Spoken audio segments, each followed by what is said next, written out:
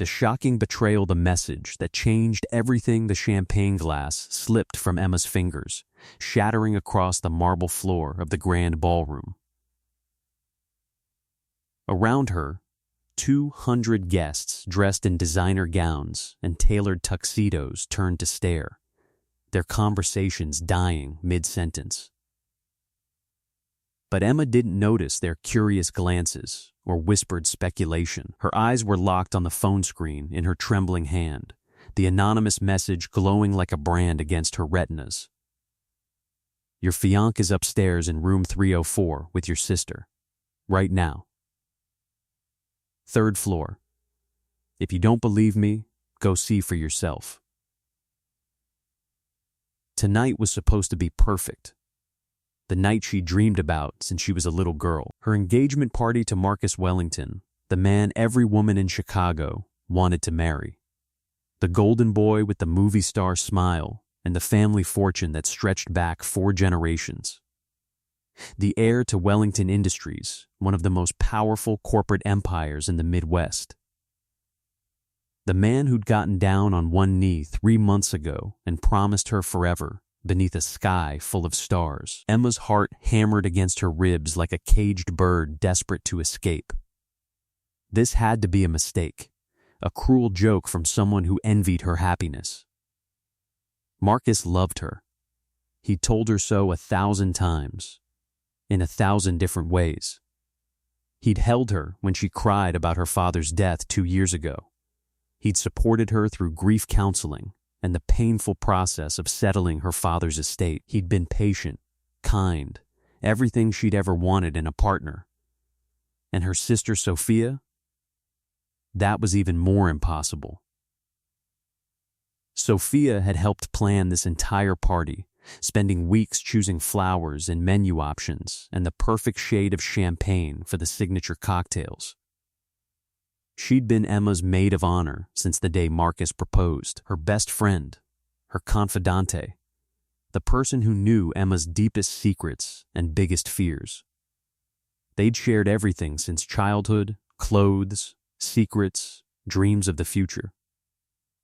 But Emma's feet were already moving, carrying her away from the glittering ballroom where a live orchestra played, and waiters circulated with trays of expensive hors d'oeuvres. Her red silk dress whispered against the plush carpet as she walked faster, then ran, her high heels clicking urgently against the marble in the hotel lobby. Guests called out to her, "Emma, are you all right? Where's the bride going?" But she ignored them all.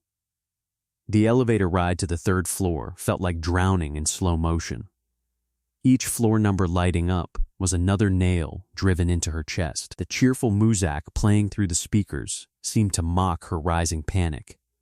Emma watched her reflection in the polished brass doors, her face pale beneath carefully applied makeup, her dark hair escaping from its elegant updo. Ding. 3rd floor. The doors slid open. Emma's hands shook as she walked down the hallway, the carpet muffling her footsteps. The hotel was one of Chicago's finest, all antique furnishings and crystal chandeliers. Room numbers passed in a blur, 298, 302, room 304. The door was slightly ajar, a sliver of golden lamplight spilling into the dim corridor. Emma could hear voices inside, low and intimate. Laughter. Her sister's laugh, breathy, seductive, nothing like the way Sophia laughed with her. Emma's hand touched the door. For one desperate moment, she considered walking away, pretending she'd never gotten the message, going back downstairs and living in blissful ignorance. But she couldn't. The truth was a gravitational pull she couldn't resist. She pushed the door open. The scene before her shattered every illusion she'd ever held about love and loyalty and family. Marcus stood by the window, his designer shirt unbuttoned, his carefully styled hair mussed. His hands were tangled in Sophia's blonde hair, pulling her close. Sophia, wearing the emerald necklace Emma had lent her that very morning, was pressed against the wall, her cocktail dress hiked up, her lips on Marcus's neck, kissing the same spot Emma had kissed goodbye just an hour ago. They didn't notice her immediately. They were too lost in each other, too consumed by whatever passion had drawn them to this hotel room, while Emma's engagement party continued 3 floors below. "I can't wait until you're finally mine," Sophia murmured against Marcus's skin, her voice thick with desire. After the wedding, after she signs over her trust fund and the company shares, we can finally be together openly. No more hiding. No more pretending. Marcus laughed, a sound Emma had once found charming, boyish, endearing. Now it was poison in her ears. Just 6 more months of playing the devoted fiancé. Then we take everything. Her money, her shares in Rivers Corporation, everything her father left her. God, she's so trusting. So pathetically naive. She'll never see it coming. She believes everything you tell her, Sophia agreed, pulling back to look at Marcus with adoration. She actually thinks you love her, as if you could love someone so boring, so plain. She's always been second best, even when we were kids. I'm surprised it took her this long to find someone willing to marry her at all. The words hit Emma like physical blows, each one landing with devastating accuracy. Her father's company, the trust fund he'd established before his death. This wasn't just betrayal. This wasn't just an affair. This was calculated, premeditated destruction. They'd been using her, planning to drain her of everything she had, everything her father had worked his entire life to build. "Marcus," Emma whispered. He spun around like he'd been electrocuted, his face going white as chalk. His hands dropped from Sophia's hair. For a fraction of a second, Emma saw something in his eyes. Was it guilt? Shame? But it vanished almost instantly, replaced by cold calculation. Sophia's eyes widened, but there was no guilt there. No remorse. Only irritation at being caught, like someone who'd been interrupted during an inconvenient moment. "Emma," Marcus started, his voice taking on that smooth, persuasive quality he used in business negotiations. He was already spinning the lie, already preparing his defense. "This isn't what it looks like, don't." Emma's voice came out steady, cold, nothing like the warm, trusting voice she'd used with him for 3 years. Something inside her had frozen solid, turned to ice, a defense mechanism against pain too enormous to process. "I heard everything. The trust fund. The company shares.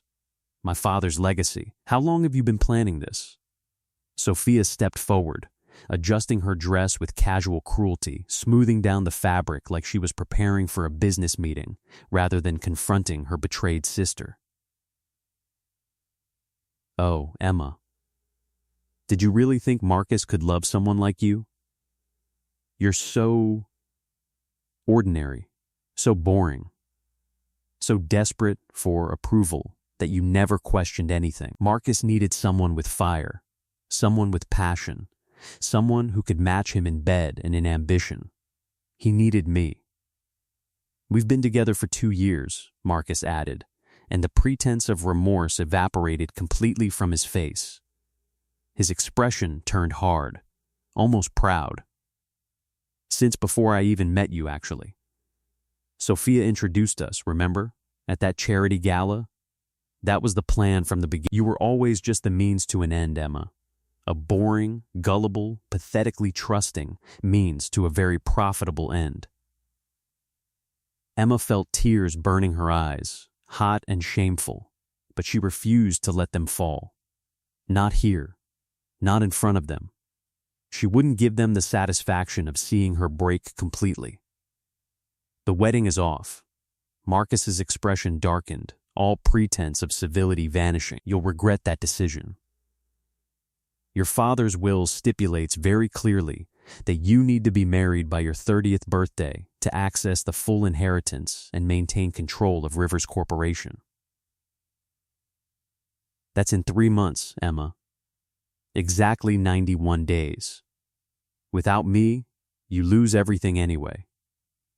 The company goes to the board, The trust fund goes to charity. You'll have nothing. I'd rather lose everything than spend one more second with you." Sophia laughed, a brittle, cutting sound that seemed to echo off the hotel room walls. Always so dramatic. "You know what? I'm actually glad this is out in the open. I'm tired of watching you play the blushing bride. Tired of pretending I'm happy for you. Tired of listening to you talk about wedding plans and honeymoon destinations like you're actually going to have a real marriage. Marcus is mine.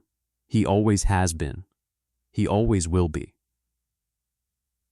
Emma turned toward the door, her body moving on autopilot while her mind struggled to process the magnitude of the betrayal. Behind her, she heard Sophia say casually, "Should we go back to the party? People will start to notice we're missing." Marcus replied, his voice carrying clearly across the room. "Give her 10 minutes to cry in a bathroom stall. Then we'll go back and spin this. We'll say she caught us in a moment of weakness, that we fell in love and couldn't help ourselves. People will sympathize. Forbidden love, passion, all that romantic nonsense. We might lose some goodwill temporarily, but we'll still get what we want.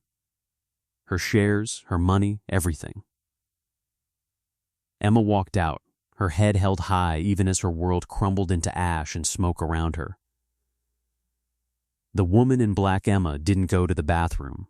She didn't go back to the ballroom where her engagement party continued in oblivious celebration. She went straight to the hotel lobby, ignoring the curious stares from hotel staff who recognized her as the guest of honor from the party upstairs. Her phone buzzed incessantly in her clutch purse, her mother, her bridesmaids, Marcus's friends, her co-workers, all wondering where the bride-to-be had disappeared to. She silenced every notification without reading them. Outside, the Chicago night was brutally cold, the wind cutting through her thin silk dress like knives. December in the Midwest was unforgiving, and Emma stood on the sidewalk shaking, trying to remember how to breathe. 3 years with Marcus. 3 years of her life. Every memory now poisoned, every "I love you" revealed as a calculated lie. Every intimate moment transformed into a transaction. You look like you could use a drink. Or a lawyer. Possibly both.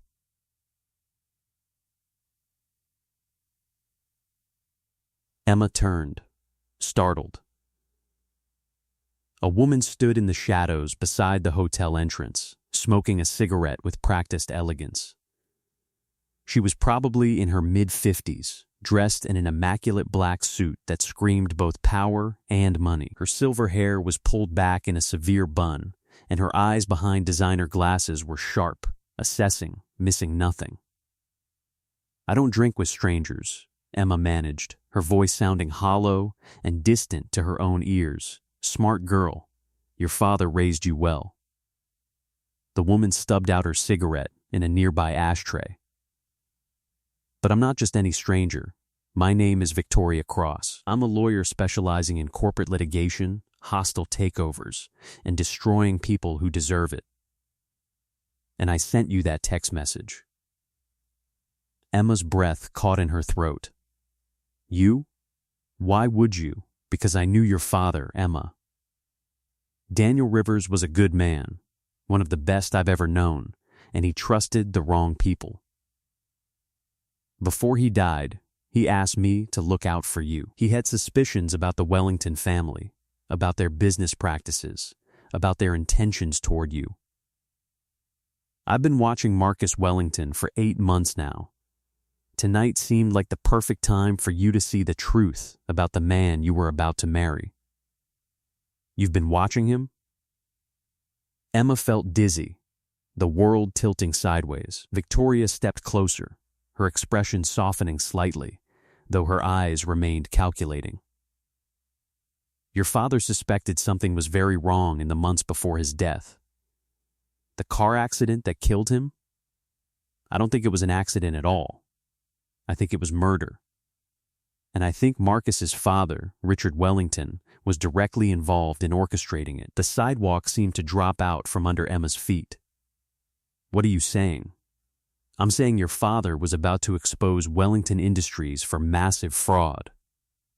Insider trading, embezzlement, securities violations that would have destroyed the company and sent Richard Wellington to prison for 20 years minimum.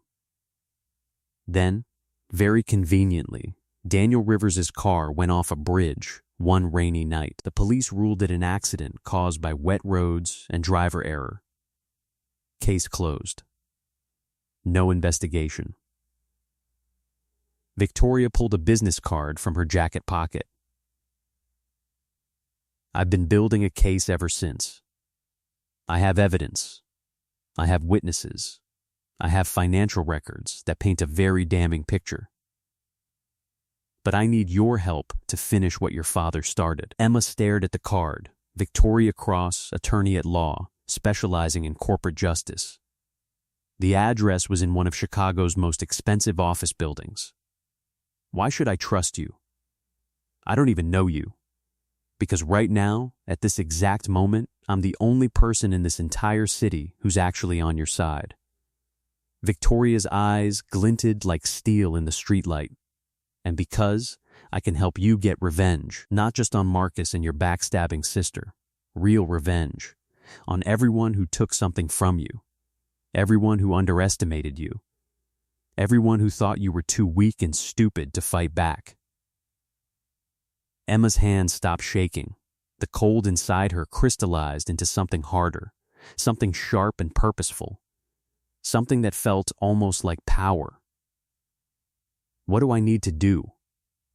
Victoria smiled. It wasn't a kind smile.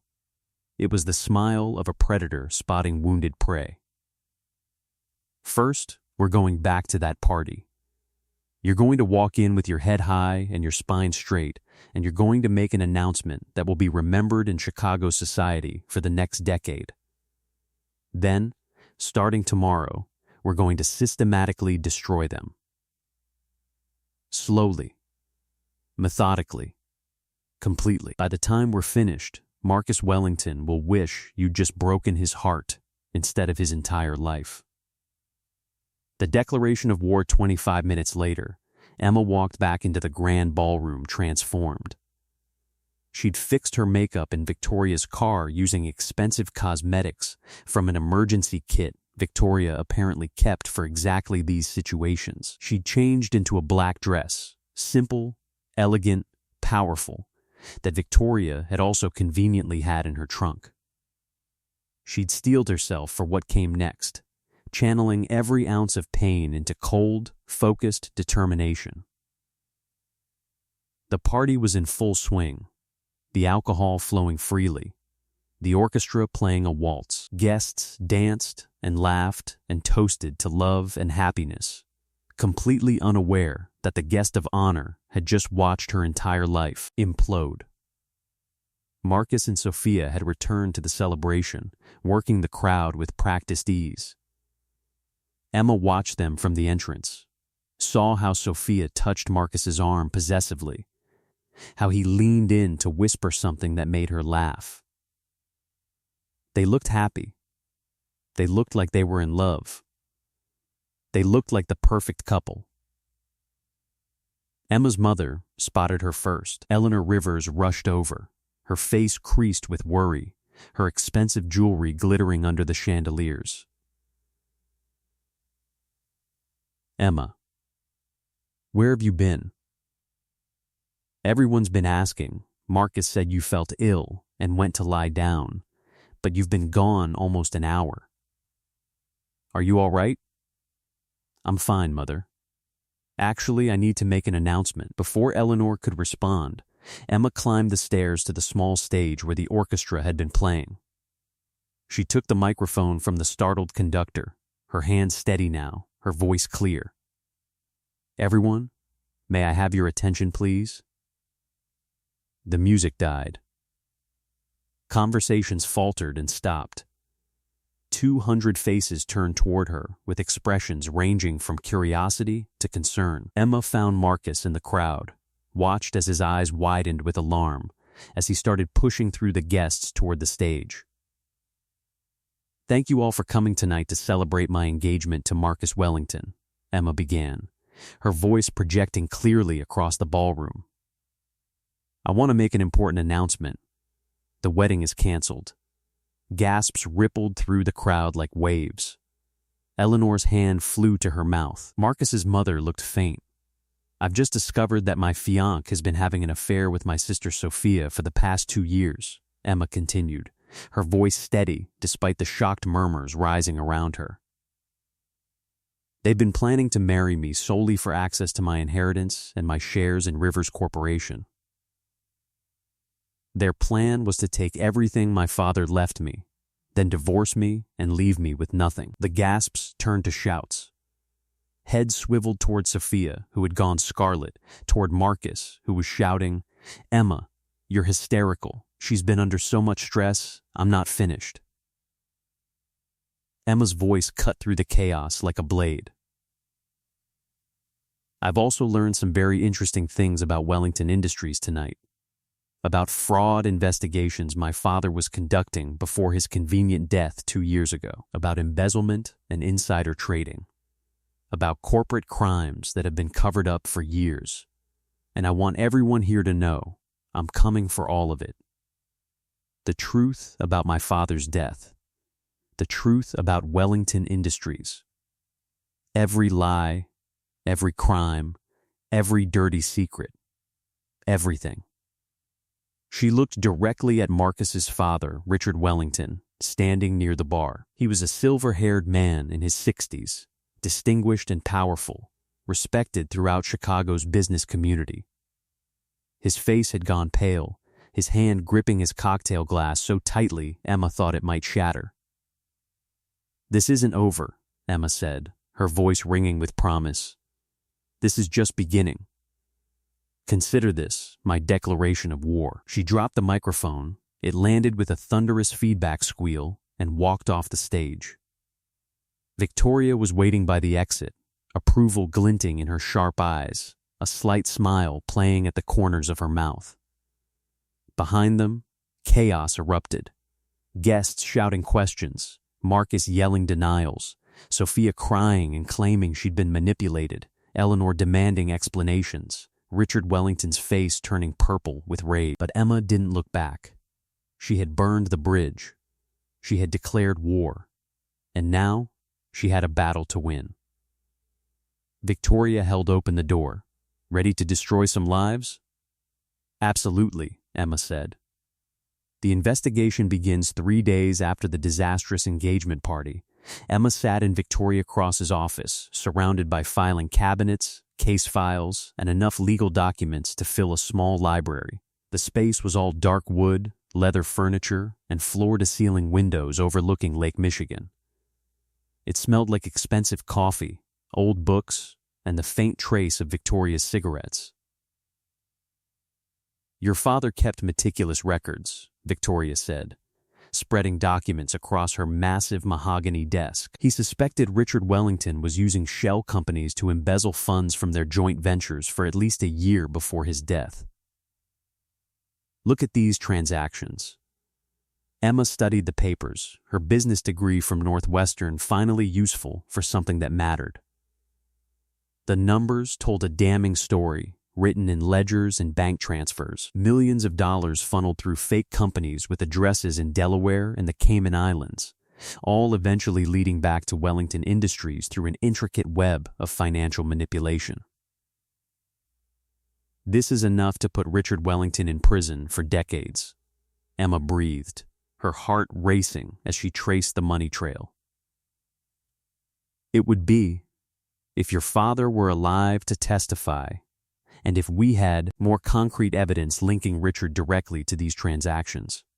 Victoria's expression darkened. "But there's more. Look at this." She pulled out a police report, yellowed at the edges. "Your father's car accident. The official report says brake failure caused by normal wear and tear.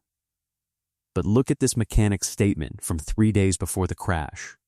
Emma read the document, her hands beginning to tremble The mechanic had inspected her father's car as part of routine maintenance and explicitly noted that the brakes were in perfect condition, practically new. "They killed him," Emma whispered, the words catching in her throat. "They murdered my father and made it look like an accident." "I believe so. But proving murder is very different from knowing murder happened." Victoria leaned back in her leather chair, steepling her fingers. "That's where you come in. You're still legally connected to the Wellington family through your engagement. Well, your former engagement. The wedding may be off, but you still have access Marcus doesn't know you have. His apartment key, his laptop password, his security codes, his arrogant assumption that you're too heartbroken and weak to be a threat. You want me to hack into his accounts? I want you to retrieve evidence that rightfully concerns your father's estate and your own financial interests. There's a legal difference, if a fine one." Victoria's smile was sharp as broken glass. "Marcus is sloppy, Emma. Men who think they're untouchable always are. They get careless. They leave trails. They document their crimes because they never imagine anyone will dare to look." Emma thought about Marcus's apartment, the penthouse where she'd spent countless nights, where she still had a key on her keychain. She thought about his laptop, where he saved everything because he was too arrogant to worry about security. She thought about the man who'd kissed her and lied to her and planned to destroy her. "When do we start?" "Tonight. Marcus has a business dinner across town until at least 2 a.m. I've made certain of that through some friends of mine. You'll have hours." "And Emma?" Victoria's eyes were serious. "Be careful. These people have already killed once. They won't hesitate to do it again if they feel threatened." Breaking and entering that night, Emma stood outside Marcus's penthouse apartment building, her heart pounding so hard she could feel it in her throat. It was past midnight. The streets were quiet, the Chicago skyline glittering against the dark sky. She knew Marcus's schedule by heart. He'd be at that business dinner until at least 2 a.m., schmoozing with potential investors, drinking expensive scotch, probably laughing about his stupid ex-fiancé who'd made a scene at the engagement party. She had time. Victoria had made sure of that. The doorman recognized her, tipped his cap. "Evening, Miss Rivers. Mr. Wellington didn't mention you'd be stopping by." "Forgot something," Emma said with a smile she didn't feel. "You know how it is." "Of course. Have a good evening." The elevator ride to the penthouse felt endless. Emma watched the floor numbers climb, her reflection staring back at her from the polished brass. She looked calm, professional. Nothing like the terrified woman whose hands were shaking inside her coat pockets. The key still worked. Of course it did. Marcus was too arrogant to have changed the locks. The door swung open silently, revealing the apartment exactly as she remembered. Sleek modern furniture, expensive art on the walls, floor-to-ceiling windows overlooking the city. Everything about it screamed wealth and privilege and carefully curated taste. It had once made her feel safe. Now it just made her angry. Emma moved quickly through the living room to Marcus's study, her footsteps silent on the plush carpet. His laptop sat on the desk exactly where he always left it, next to a crystal tumbler that still smelled faintly of scotch. She powered it on, held her breath while it booted up, then typed in his password. Sophia 2021. Emma almost laughed. Even his password was an insult. The laptop opened to his desktop. Victoria had given her a flash drive with specific instructions. "Copy everything," she'd said. "Emails, files, photos, financial documents. We'll sort through it later and figure out what's useful and what's garbage." Emma's fingers flew across the keyboard, years of business school teaching her exactly where to look. She found emails to Sophia first, discussing their plan in explicit detail, talking about Emma like she was a mark in a con game rather than a human being. Financial documents showing transfers from Emma's trust fund that Marcus had somehow already accessed through forged signatures. Photos of Marcus and Sophia together, time-stamped back years, proving their relationship predated Emma's by a significant margin. But then she found something else. An email chain between Marcus and his father, buried in a folder labeled Private RW Subject, The Rivers Problem Marcus, Dad. Emma's asking questions about her father's accident. She found some of his old files. What if she starts digging deeper? Richard, she won't. Daniel's dead. The evidence we couldn't destroy is safely lost, and his daughter is too weak and too in love with you to fight us. Just marry her, get control of her shares and her money, then dispose of her quietly.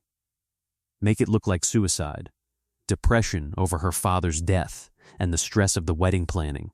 No one will question it. Women are always having breakdowns. Marcus, and if she doesn't marry me, if she somehow figures things out, Richard, then we accelerate the timeline significantly. Car accident, home invasion, whatever looks plausible. Either way, Emma Rivers won't be a problem much longer. The world is full of tragic accidents, son. Remember that. Emma's blood turned to ice in her veins. They weren't just planning to rob her. They weren't just planning to humiliate her. They were planning to murder her. Just like they'd murdered her father. Her hands shook as she copied every file, every email, every document that could put Richard and Marcus Wellington behind bars for the rest of their miserable lives. The flash drive filled slowly, the progress bar crawling across the screen with agonizing slowness. She was so focused on the computer that she didn't hear the front door open. Didn't hear the footsteps crossing the living room. Didn't realize she wasn't alone until a voice spoke behind her. Well. Breaking and entering, Emma? I have to say, I didn't know you had it in you. Emma spun around, her heart leaping into her throat. Marcus stood in the doorway of the study, his tie loosened, his expression a mixture of amusement and cold fury. He wasn't alone. 2 large men in black suits flanked him. Private security, Emma realized with rising panic. The kind of men who did things that needed to remain off the books.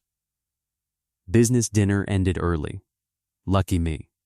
Marcus walked into the study with predatory grace. What are you doing with my computer, Emma? Finding proof that you and your father murdered mine. Marcus's smirk vanished instantly.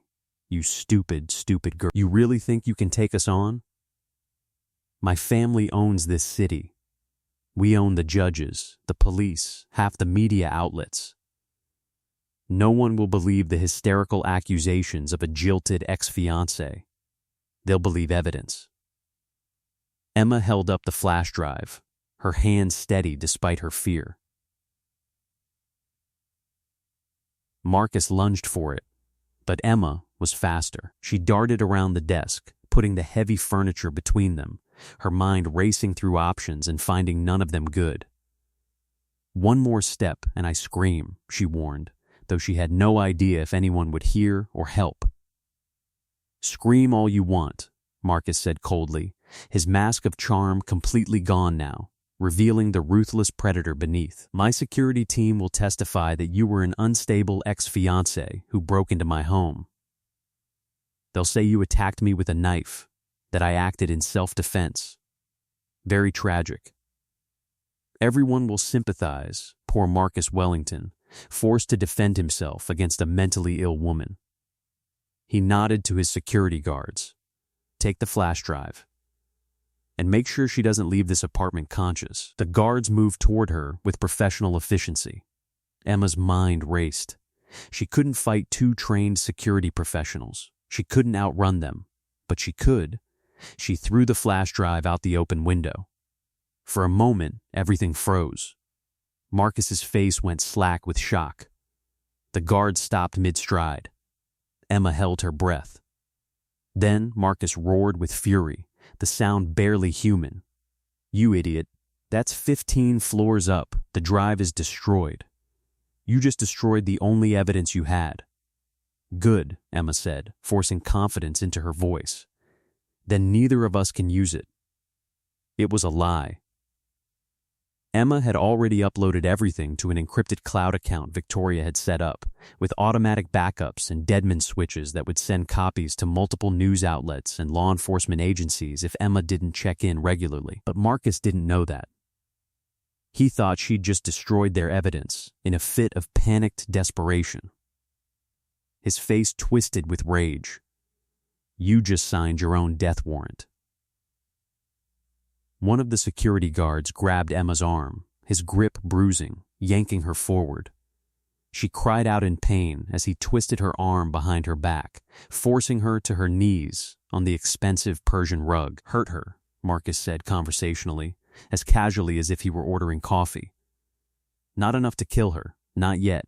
Just enough to remind her what happens when stupid little girls try to play games with dangerous men." The guard raised his fist. Emma squeezed her eyes shut, bracing for the blow. The apartment door burst open with explosive force. Chicago police. Hands in the air now. 4 uniformed officers flooded into the room, guns drawn, shouting commands. Leading them was a woman in a detective's badge, Detective Sarah Chen. Emma read on the ID clipped to her belt. Marcus immediately released Emma, his expression shifting to innocent confusion with practiced ease. "Officers, thank God you're here. This woman broke into my apartment. Save it, Wellington," Detective Chen said coldly, holstering her weapon as her officers secured the room.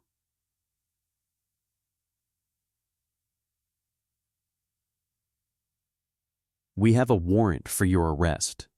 Conspiracy to commit fraud, embezzlement, and we're actively investigating your involvement in Daniel Rivers' death." "You can't prove anything, actually." Victoria Cross stepped into the apartment behind the police, immaculate as always in her black suit. "We can." "Emma wasn't just copying your files tonight, Marcus. She was live streaming everything directly to my office. We heard every word, including your confession about planning to murder her and make it look like suicide." Marcus's face went ashen. His mouth opened and closed, but no sound emerged. "Marcus Wellington," Detective Chen said, pulling out handcuffs with practiced efficiency, "you're under arrest for conspiracy to commit murder, conspiracy to commit fraud, and about 15 other charges we're still compiling. You have the right to remain silent." As the detective read him his rights, Marcus's eyes locked on Emma's. The hatred there was pure, undiluted, terrifying. "This isn't over," he hissed as they cuffed him. "My father will destroy you.